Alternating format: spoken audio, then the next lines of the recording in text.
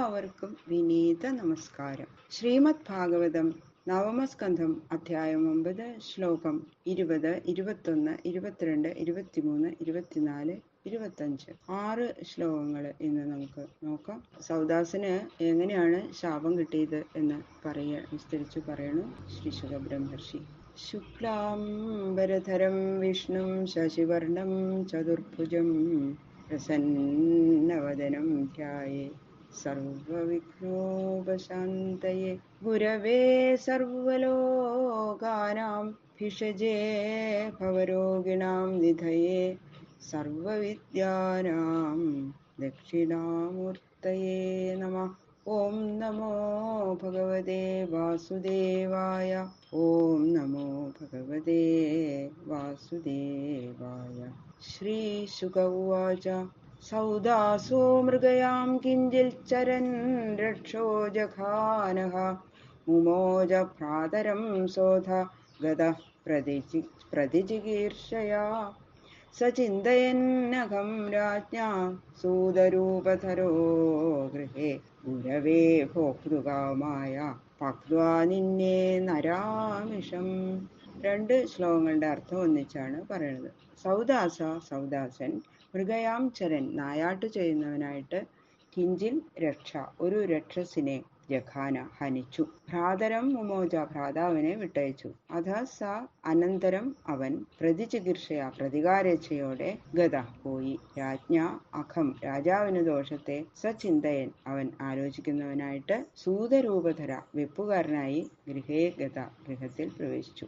നരാമിഷം ഭക്ത മനുഷ്യമാംസം ഭജിച്ചിട്ട് ഭോക്തൃകാമായ ഗുരവെ ഭുജിപ്പിക്കാൻ ആഗ്രഹിച്ച ഗുരുവിന് ആനിന്നെ കൊണ്ടുവന്നു കൊടുത്തു. സൗദാസൻ നായാട്ടിന് പോയിട്ട് ഒരു രാക്ഷസനെ വധിച്ചു. അവന്റെ സഹോദരനെ വധിക്കാതെ വിട്ടയച്ചു. ആ സഹോദരൻ എന്താ രാജാവിന്റെ തന്റെ സഹോദരനെ വധിച്ചില്ലേ, അതിനെന്തെങ്കിലും പ്രതികാരം ചെയ്യണം എന്ന് വിചാരിച്ചിട്ട് രാജാവിന്റെ കൊട്ടാരത്തില് വെപ്പുകാരന്റെ വേഷത്തില് കൊട്ടാരത്തിൽ പ്രവേശിച്ചു. ഒരു ദിവസം ഗുരുവായിട്ടുള്ള വസിഷ്ഠൻ ഭോജനത്തിന് ചെന്നിരുന്നപ്പോ മനുഷ്യന്റെ മാംസം പാകം ചെയ്ത് ഗുരുവിന് വിളമ്പി കൊടുത്തു. ഈ രാക്ഷസൻ വേഷം മാറി വന്ന് അയാൾ ചെയ്ത പരിപാടിയാ. പക്ഷേ മഹർഷിയല്ലേ, അദ്ദേഹത്തിന് അത് മനസ്സിലാവാതിരിക്കും. പരിവേക്ഷ്യമാണം ഭഗവാൻ വിലോക്യാഭക്ഷ്യമഞ്ജസ രാജാനമശപൽ ക്രുദ്ധോ രക്ഷോഹ്യേവം ഭവിഷ്യസി. പരിവേക്ഷ്യമാണം വിളമ്പിയിരിക്കുന്നതിനെ വിലോക്യ നോക്കിയിട്ട് ക്രുദ്ധ ക്രോധിച്ചവനായിട്ട് രാജാവിനെ അശപൽ ശപിച്ചു. ഏവം ഇപ്രകാരം രക്ഷസായിട്ട് ഭവിഷ്യസി നീ ഭവിക്കും. ഭഗവാനായ വസിഷ്ഠൻ വിളമ്പിയിരിക്കുന്നത് മാംസം ഭക്ഷിക്കാൻ തക്കതല്ല, മനുഷ്യമാംസാണ് എന്ന് അറിഞ്ഞു. അല്ലാതെ ക്രോധിച്ചു, അദ്ദേഹം ദേഷ്യം വന്നു.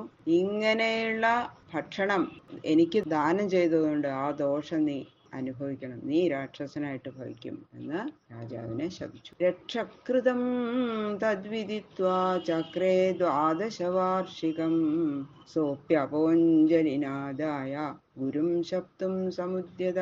തത് രക്ഷകൃതം വിദിത്വ അത് രാക്ഷസനാ ചെയ്യപ്പെട്ടതെന്ന് അറിഞ്ഞിട്ട് 12 വാർഷികം ചക്രേ 12 കൊല്ലത്തേക്ക് മാത്രമാണെന്ന് നിശ്ചയിച്ചു. സ അഭി അദ്ദേഹവും അഞ്ജലിനാദായ ജലം അഞ്ജലി കൊണ്ടെടുത്തിട്ട് ഗുരും ശബ്ദം ഗുരുവിനെ ശപിക്കാനായിക്കൊണ്ട് സമുദ്യത ഒരുങ്ങി. രാജാവിനെ ശപിച്ചു കഴിഞ്ഞപ്പോ വസിഷ്ഠ മഹർഷിക്ക് മനസ്സിലായി. ആലോചിച്ചപ്പോ രാജാവ് നിർദോഷിയാണ്, ആ രാക്ഷസൻ ചെയ്ത പ്രവൃത്തിയാണിത്. പക്ഷെ ശപിച്ചു കഴിഞ്ഞില്ലേ, തന്റെ വാക്യത്തെ അത് പിന്നെ തിരിച്ചെടുക്കാൻ പറ്റില്ലല്ലോ, ശാപവാക്യം. അതുകൊണ്ട് ശാപം 12 വർഷത്തേക്ക് ആക്കി കൊടുത്തു. ജീവിതകാലം മുഴുവൻ രാക്ഷസനായിട്ട് ഇരിക്കട്ടെ എന്നാണ് ശപിച്ചത്. പക്ഷെ അതിനെ 12 വർഷത്തേക്കാക്കി കൊടുത്തു. രാജാവിനും വളരെ ദേഷ്യം വന്നു. തന്നെ അറിയാത്ത കുറ്റാണ് അല്ലേ. അപ്പോ രാജാവ് വസിഷ്ഠനെ ഗുരുവിനെ ശപിക്കാനായിട്ട് കയ്യിൽ ജലം എടുത്തിട്ട് ശപിക്കാനായിട്ട് ഒരുങ്ങി. അപ്പൊ അതാ ഭാര്യ രാജ്ഞി തടയണു. അതാണ് നല്ല ധർമ്മപത്നി. വാരിതോ മദയന്ത്യാപോരുഷദീ പാദയോർജഹോ ദിശഖം അവനീം സർവം പശ്യൻ ജീവമയം നൃപ. മതേന്ത്യ വാരിത നൃപ മതേന്ത്യയാൽ തടുക്കപ്പെട്ട രാജാവ് ദിശ ദിക്കുകളെയും ഖം ആകാശത്തെയും അവനെയും ഭൂമിയെയും സർവത്തെയും ജീവമയം പശ്യൻ ജീവസ്വരൂപമായിട്ട് കാണുന്നവനായിട്ട് രുഷദീ ആപ തീക്ഷ്ണജലത്തെ പാദങ്ങളിൽ ജഹൗ ഉപേക്ഷിച്ചു. ഗുരുശാപത്തെ തടുക്കാൻ കഴിയില്ല. ഗുരുവിനെ പകരം ശപിക്കണത് കൊണ്ട് അനർത്ഥം കൂടുതലുണ്ടാവുന്നല്ലാതെ ഗുണമൊന്നും ഉണ്ടാവില്ല. അതറിയാം.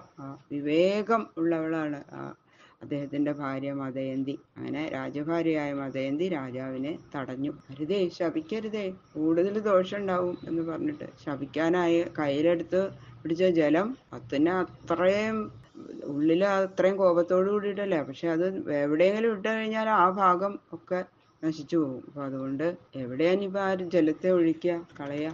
ഭാര്യ പറഞ്ഞത് കേട്ടു അദ്ദേഹം. ശപിച്ചില്ല ഗുരുവിനെ. എല്ലാ ദിക്കുകളും ആകാശവും ഭൂമിയും ജീവമയമായിരിക്കുന്നത് കൊണ്ട് ആ ശാപ ഉദകത്തെ അവിടെ ഒന്നും ഒഴിക്കാൻ പാടില്ല എന്ന് കണ്ടതുകൊണ്ട് തന്റെ പാദങ്ങളിൽ തന്നെ ഒഴിച്ചു. പാദം കൊണ്ട് കറുത്തു, ഭയങ്കരമായിട്ട് കറുത്തുപോയി. അതുകൊണ്ട് കറുപ്പ് നിറം പാദങ്ങളിൽ ഉണ്ടായതുകൊണ്ട് കൽമാഷപാദൻ എന്ന പേര് അദ്ദേഹത്തിന് ലഭിച്ചു എന്ന് പറഞ്ഞു. മിത്രമായ കളത്രവാക്യത്തെ അംഗീകരിച്ചത് കൊണ്ട്, മിത്രമായിട്ടല്ലേ ഭാര്യ പറഞ്ഞത്, കളത്രം എന്ന് പറഞ്ഞ ഭാര്യ, അത് അംഗീകരിച്ചത് കൊണ്ട് മിത്രസഹൻ എന്നുള്ള പേര് അദ്ദേഹത്തിനുണ്ടായി. പിന്നെ ഇതാ ഇങ്ങനെ ശാപോദകം ഒഴിച്ചത് കൊണ്ട് കൽമാഷപാദൻ എന്നുള്ള പേരും. അങ്ങനെ രണ്ടുപേര് എങ്ങനെയാണ് ഉണ്ടായത് അദ്ദേഹത്തിന് എന്നുള്ളത് പറയാണ് അടുത്ത ശ്ലോകത്തിലാണ്. എങ്ങനെയാണ് അദ്ദേഹത്തിന് കൽമാഷപാദൻ എന്നുള്ള പേര് ഉണ്ടായത്? രാക്ഷസം ഭാവമാവന്ന പാദേ കൽമാഷതാം ഗത വ്യവായ കാലേ ദദൃശേ വനോ ഗോദമ്പതി ദ്വിജൗ.